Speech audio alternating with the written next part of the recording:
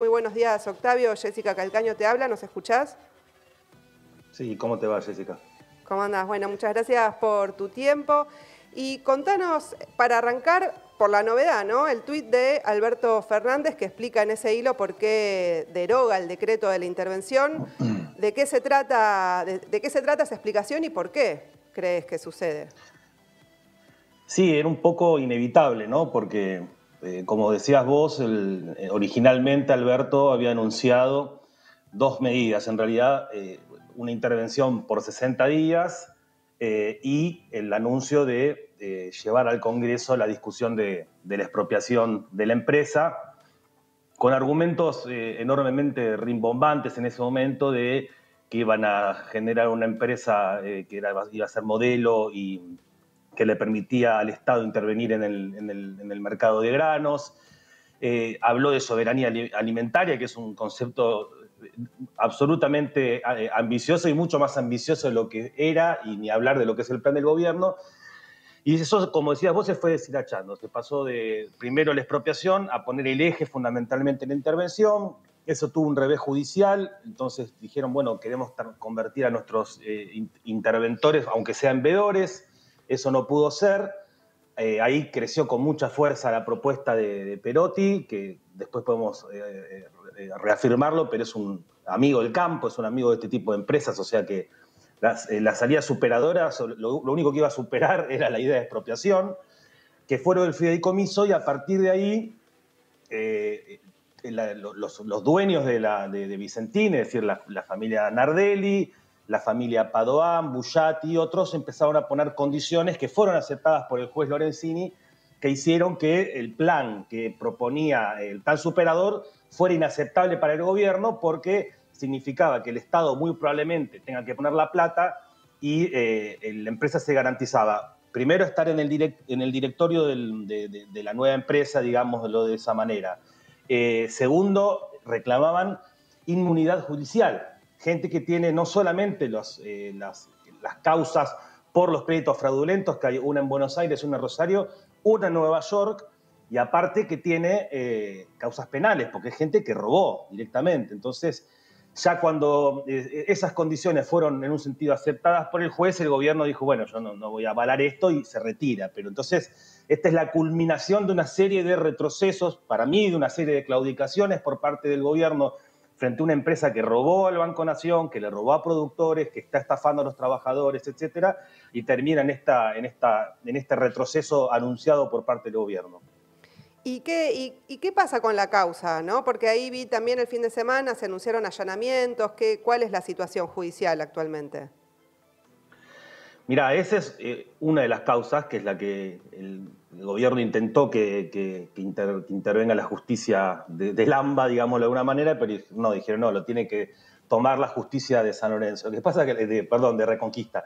Lo que pasa es que los jueces de Reconquista son de Vicentín, falta que te aparezcan con la camiseta puesta y repartiendo aceite, porque es gente que son esas ciudades que están articuladas alrededor de una gran empresa que es absolutamente preponderante en la opinión pública. Entonces, por ejemplo, esta semana hubo un allanamiento que el fiscal le avisó con 24 horas de anticipación a la empresa. Entonces, no hay ningún tipo de... Si no lo hay en ningún lado, digo, acá en esos lugares es mucho menos la posibilidad de que haya independencia de la justicia. Lo que hay es la causa esta, que es la que ahora, el concurso de acreedores, digamos, que lo lleva adelante el juez Lorenzini, que aparte fue funcionario del Banco Nación durante mucho tiempo, es una persona que está absolutamente cuestionada como juez imparcial. Está una causa penal que lleva, si no me equivoco, el juez Ercolini, digo, que tiene que ver con las estafas, etcétera, etcétera. Algunos productores presentaron una causa en Rosario que es por asociación ilícita, estafa y otra serie de cuestiones.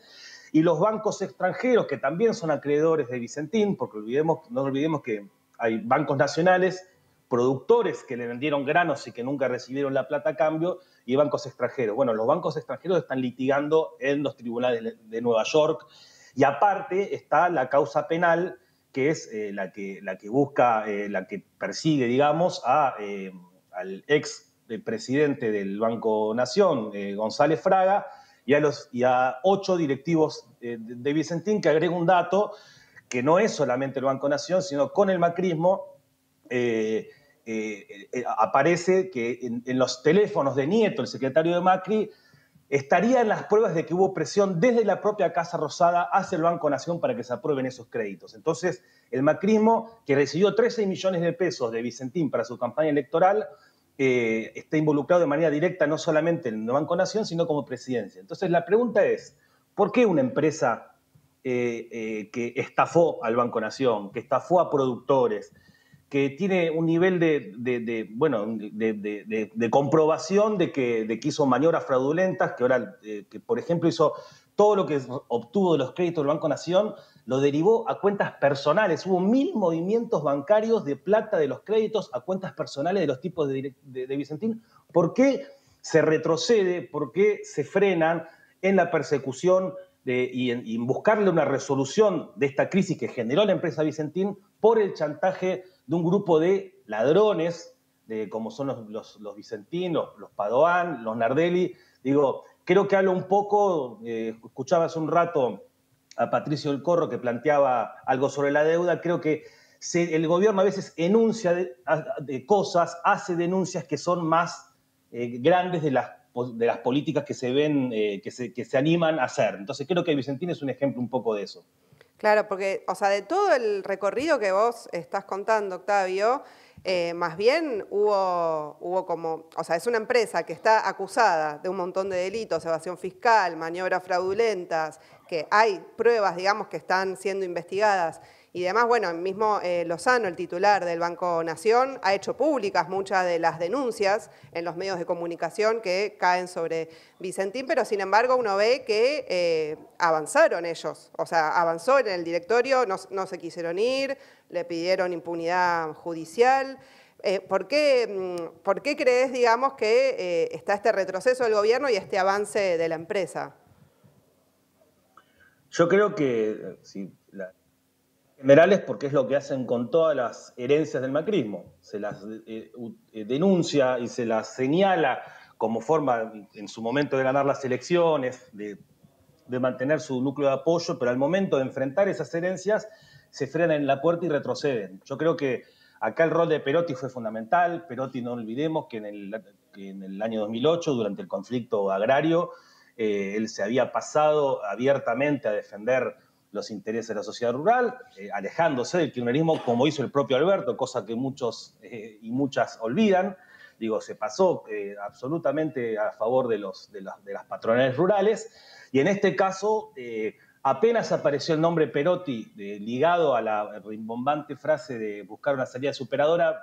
Creo que en Santa Fe todos sabemos que si está Perotti ligado a la frase salida superadora es que van a beneficiar a los empresarios, porque es amigo del campo, siempre lo fue, porque es amigo de Vicentín, porque ganó con votos de los sectores que se movilizaron el 9 de julio con el banderazo y con los tractorazos. Entonces es un sector que de ninguna manera se iba a poner en contra del campo, y creo que el gobierno nacional retrocedió por eso, retrocedió por el banderazo, por la presión del llamado campo, que no es otra cosa que el lobby y los sectores más concentrados de los terratenientes, ligados al agropower, ligados al complejo agroexportador, y de lo cual Vicentín no es una excepción. Ya esta semana aparecieron noticias de que otras empresas cerealeras utilizan el mismo tipo de maniobras, que lo escuchamos a Claudio Lozano hablando con ustedes ahí, denunciaba una serie de cosas que vos decías, bueno, perfecto, entonces ya está, corresponde a la expropiación, son tipos que tienen que ir presos porque están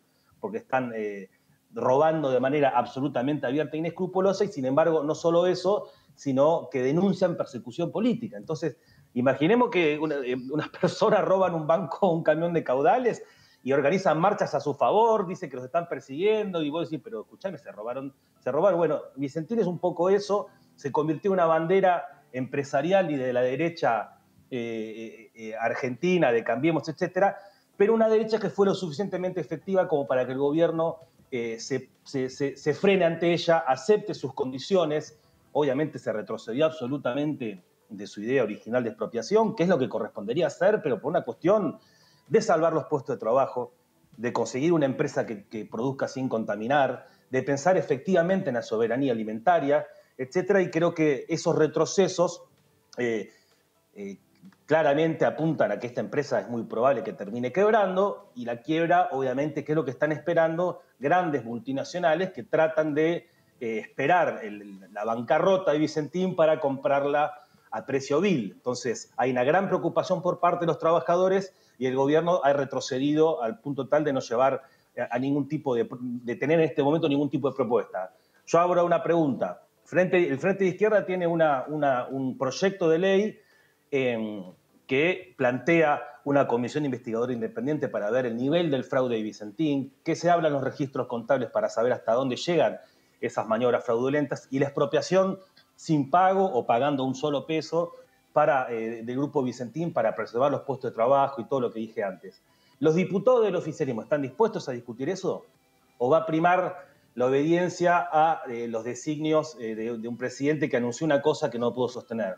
Yo creo que lamentablemente no lo van a hacer porque en última instancia, aunque haya algunos que utilicen o que hagan discursos por izquierda, en última instancia la agenda es esta. La agenda es la de mantener los derechos sacrosantos de empresas estafadoras, de que no respetan los derechos de los trabajadores, que estafan a los pequeños productores, y Vicentín es un gran ejemplo de eso. Sí, es una buena pregunta la que planteas, Octavio. De hecho, hubo sesiones la semana pasada cuando se conocía también las decisiones alrededor de Vicentín y no hubo mención, digamos, de otros sectores de la coalición de gobierno que se pronuncien al respecto o que cuestionen esta decisión de derogar ya el decreto. Así que bueno, veremos a ver qué pasa, ¿no? Si es como vos decís, bueno, que van a esperar a que quiebre la empresa para poder rematarla y que se haga cargo algún sector empresarial por 2 mangos, o si plantean algunas otras salidas. Muchísimas gracias, Octavio, por la comunicación. No, gracias a ustedes. Un beso. Los dueños de todo también compran las noticias. Acá no. Se tenía que decir.